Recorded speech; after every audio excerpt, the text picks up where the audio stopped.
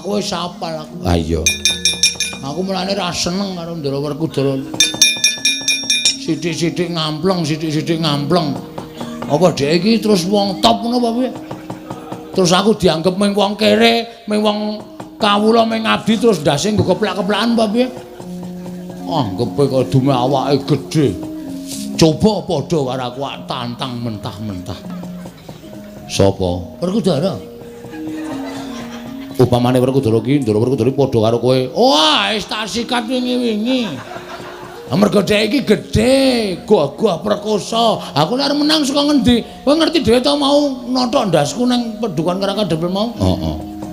Sarep tak upama padha ngono dedeg piadeke padha. Ya ora padha dhek dhuwur sithik lah. Oh. Sikat wingi-wingi. Tak adus, Gong. Hah? Tak adus. Rak baradus ta kowe? Heeh, aku tak adus ning kali kok kaya penak banget.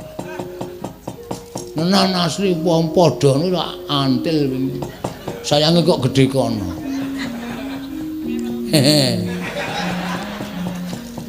Sowo sing padha karo kowe? Petruk. Petruk apa aku? Petruk.